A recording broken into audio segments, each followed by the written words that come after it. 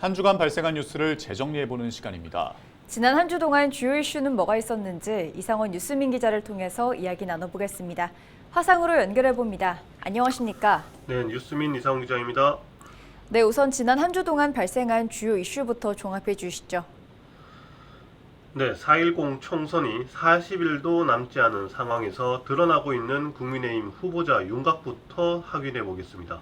이어서 정부의 최후 통첩에도 불구하고 돌아오지 않는 전공의들 상황 살펴보고요. 대구시가 교육발전특구 1차 공모 시범지역으로 선정됐다는 뉴스 전해드립니다. 네, 점점 선거 일정이 다가오고 있는데 국민의힘 지역 후보들이 윤곽을 드러내고 있다고요.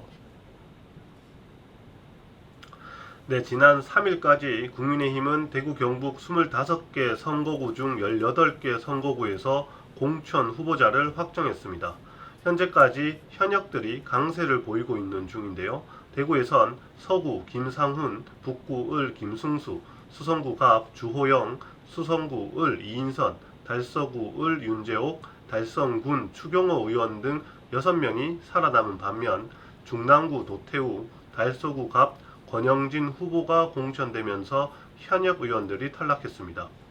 경북은 상주 문경 이미자, 포항 북구 김정재, 경주 김석기, 김천 송언석, 구미갑 구작은, 영천 청도 이만희, 고령 성주 칠곡 정희용 의원이 22대 국회 재입성 가능성을 높인 반면 영주 영양 봉화 인종득, 경산 조재현, 포항 남구 울릉 이상희 후보 공천으로 새 인물이 후보로 나서게 됐습니다. 네, 현재까지는 현역 의원들이 강세를 보이고 있는 게 특징이군요. 네, 현재까지 이루어진 공천 결과를 보면 18개 선거구 중 13개 선거구에서 현역 의원이 공천장을 따냈습니다. 재공천율이 72.2%에 달하는데요. 남은 7개 선거구에서 모두 현역 의원이 교체되더라도 재공천율은 50%를 넘길 것으로 보입니다. 4년 전엔 36%가량만 재공천을 받은 것과 비교하면 큰 차이입니다. 2016년이나 2012년에도 50%를 채 넘기지 못했다는 걸 고려하면 역대 가장 많은 현역 생환이 이루어질 것이라는 전망도 나옵니다. 경선이 이루어진 12개 선거구 중 9개 선거구에서 현역이 생환한 만큼 남은 선거구 중 경선을 채택하는 곳이 늘어날수록 현역 생환율도 높아질 전망입니다. 아직 공천 방법이 결정되지 않은 5곳은 국민추천제 도입 가능성도 점쳐집니다. 네, 정부의 의대 정원 증원에 반발해 의료 현장을 떠난 전공의들이 현재 아직 복귀하지 않았다고요. 네, 정부가 지난달 29일까지를 전공의 복귀 시한으로 제시했지만 우리 지역 전공의들의 복귀는 여전히 이루어지지 않고 있습니다.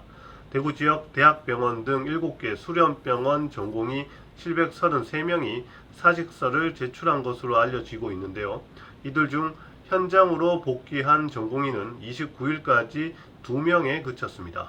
정부는 3일까지 복귀한 전공의에게까진 정상 참작한다고 했지만 일부 전공의들에겐 업무 개시 명령을 공시 송달하는 등 본격적인 처벌 절차에 나섰습니다.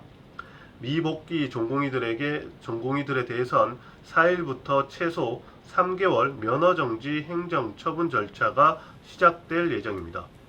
6월 말부터 전임의들의 계약도 종료될 예정이라 의료 현장의 공백은 더 커질 것이란 우려가 나옵니다.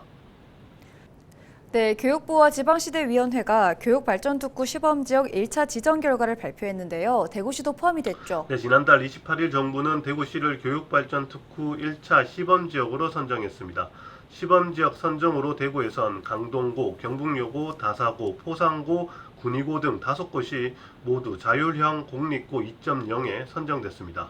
자율형 공립고에 선정되면 지자체나 대학, 기업 등과 협약을 체결하고 협약기관이 보유한 인적, 물적 자원을 활용해 특성화된 프로그램이나 심화학습, 진로체험 프로그램을 자율적으로 편성, 운영할 수 있습니다. 이번에 선정된 학교들은 5년간 매년 2억 원을 지원받고 교육혁신 모델을 적용할 수 있도록 교육과정 자율성 부여 등의 특례도 적용받습니다. 대구교육청은 동문고와 하원고도 올해 중 자공고 지정 신청을 추진할 계획입니다. 네, 오늘 주간 이슈 점검은 여기까지 듣겠습니다. 이상원 유수민 기자였습니다. 네, 감사합니다.